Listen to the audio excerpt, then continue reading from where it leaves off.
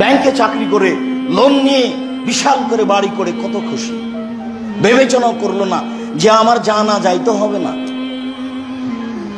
না আপনার জানা যাই হবে না, লোন থাকলে জানাজা হয় না। একাধিক হাদিস, শহীদ হয়ে গেলে সব পাপ ক্ষমা, কিন্তু লোনের পয়সা ক্ষমা হবে না, লোনের টাকা ক্ষমা হবে না। আর আপনি টাকা উঠিয়ে ব্যবসা করে খুব খুশি হলেন। আমি তো ওইভাবে টাকা উপার্জন করতে বলিনি, আমার এটা পরামর্শ নয়। আমার পরামর্শ হলো এই যে চকলেট বিক্রি করে ব্যবসা শুরু করি, তাহলে কর্জনে ঋণ নেওয়া লাগবে না। তারপরে কাপড়, তারপরে অনেক বড়, তারপরেও যদি কোন রকম দেখা যায় যে লোন না হলে আমাকে মাজলুম সাজতে হচ্ছে, তখন একটা দেখানোর জন্য আটকাতে হবে, তখন আপনি মাজলুম। কিন্তু ওই টাকা দিয়ে আপনাকে ব্যবসা করতে হবে, গাড়ি বাড়ি করতে হবে, এই হিসাব হতে পারে না কখনো। রাসূল সাল্লাল্লাহু আলাইহি সাল্লাম দিনরাত বলতেন, আল্লাহুম্মা ইন্নী আউযু বিকা মিনাল মাকসামি ওয়াল মাগরাম। আল্লাহ, তোমার কাছে বাঁচতে চাই ঋণ কর্জ হতে, তোমার কাছে বাঁচতে চাই বড় পাপ হতে, তোমার কাছে বাঁচতে চাই ঋণ কর্জ হতে, তোমার কাছে বাঁচতে চাই বড় পাপ হতে, তোমার কাছে বাঁচতে চাই ঋণ কর্জ হতে, তোমার কাছে বাঁচতে চাই বড় পাপ হতে। যে নবী দিন রাতে কথা বলতেন, সালাম ফিরার পূর্বে বলতেন সলাতে। আয়েশা রাদিয়াল্লাহু তাআলা আনহা বলেন, আল্লাহর নবী এমন কোন সলাত আদায় করেননি যে সলাতে সালাম ফিরার পূর্বে এই বাক্য বলেন। আর উনি স্বেচ্ছায় কোটি কোটি টাকার লোন নিয়ে এই কাজ করতে গেলেন। হালাল রুজি, বৈধ রুজি। আবু হুরায়রা রাদিয়াল্লাহু তাআলা আনহু বলেন, রাসূল সাল্লাল্লাহু আলাইহি ওয়াসাল্লাম বলেছেন, ইন্নাল্লাহ তাইয়্যিব, আল্লাহ হচ্ছেন পবিত্র, লা ইয়াকবালু ইল্লা তাইয়্যিবা, আল্লাহ পবিত্র ছাড়া গ্রহণ করেন না।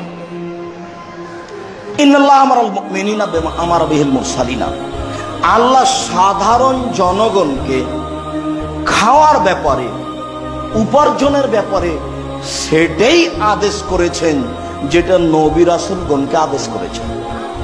তাহলে খাওয়া উপার্জন ব্যবস্থা নবী রাসূল এবং সাধারণ জনগণের একই, সাধারণ মুমিন পুরুষ নারীর একই। নবী রাসূল আর সাধারণ মুমিন পুরুষ নারীর কোনো পার্থক্য নেই। এরপরে আল্লাহ তাআলা নবী রাসূলগণকে বলেন, খাস নবী রাসূলগণ, ইয়া আইয়ুহার রাসূল কুলু মিনাত তাইয়্যিবাত, হে পৃথিবীর নবী রাসূল, আপনারা বৈধ হালাল রুজি খান। এটা আল্লাহর আদেশ, নবী রাসূলকে বলছে। নিশ্চিত তারা অবৈধ খাবেন না। এরপরেও ঘোষণা, জরুরি ঘোষণা, নবী রাসূলগণ আপনারা বৈধ হালাল রুজি খান, ও আমালুস সলিহা, আর সৎ আমল করেন। আরেকটা বাক্য লাগিয়ে দেওয়া হয়েছে, সৎ আমল করুন। তাহলে নবী রাসূলগণ কি গোলাপ সাহেবের মাজারে টাকা দিবেন?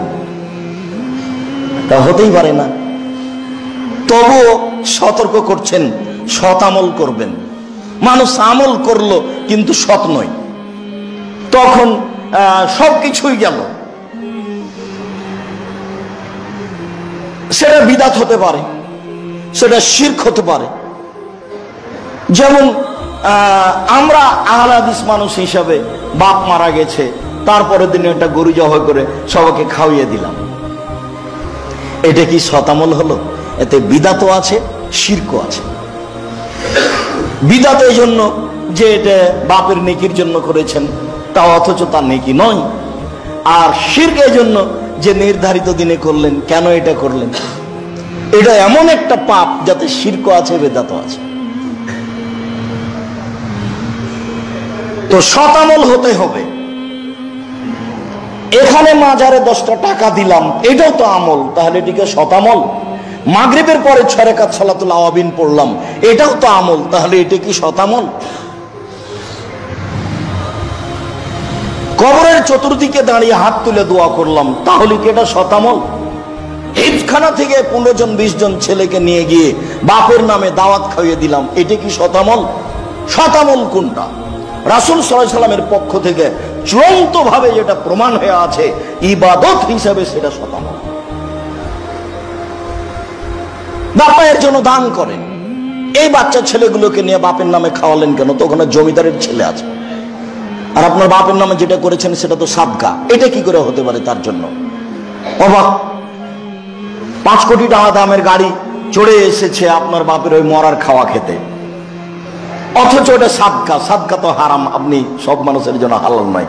আপনি তো জানেন যে হোসেন রাদিয়াল্লাহু তাআলা আনহু সাদকার খেজুরের পাশে বসেছিল, একটা খেজুর তুলে মুখে দিয়েছেন, আল্লাহর নবী একবার লাফতে গিয়ে মুখের ভিতরে আঙ্গুল ঢুকিয়ে খেজুরটা বের করে ফেলে বলছেন, তুমি জানো না এটা সাদকা? সাদকা হচ্ছে মানুষের ময়লা। সাদকা আমি খাই না, আমার বংশ খায় না, আমার বাড়িতে যারা কাজ করে তারাও খায় না, তাদের উপরে হারাম। আমার উপরে হারাম, আমার বংশের উপরে হারাম, আমাদের বাড়িতে যারা কাজ করে কাজের মানুষ তাদের জন্য হারাম। আমাদের বাড়িতে কাজ করলে তার মান বেড়ে গেছে, সে খাদ্য খেতে পাবে না, এটা মানুষের ময়লা।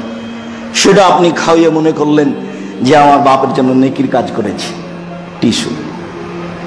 সম্মানিত দিনী ভাই বোন, বলছিলাম হালাল রুজি, আল্লাহ তাআলা নবী রাসূলগণকে হালাল রুজি খাওয়ার আদেশ দেন এবং শতামল করার জন্য বলেন, আল্লাহর আদেশ।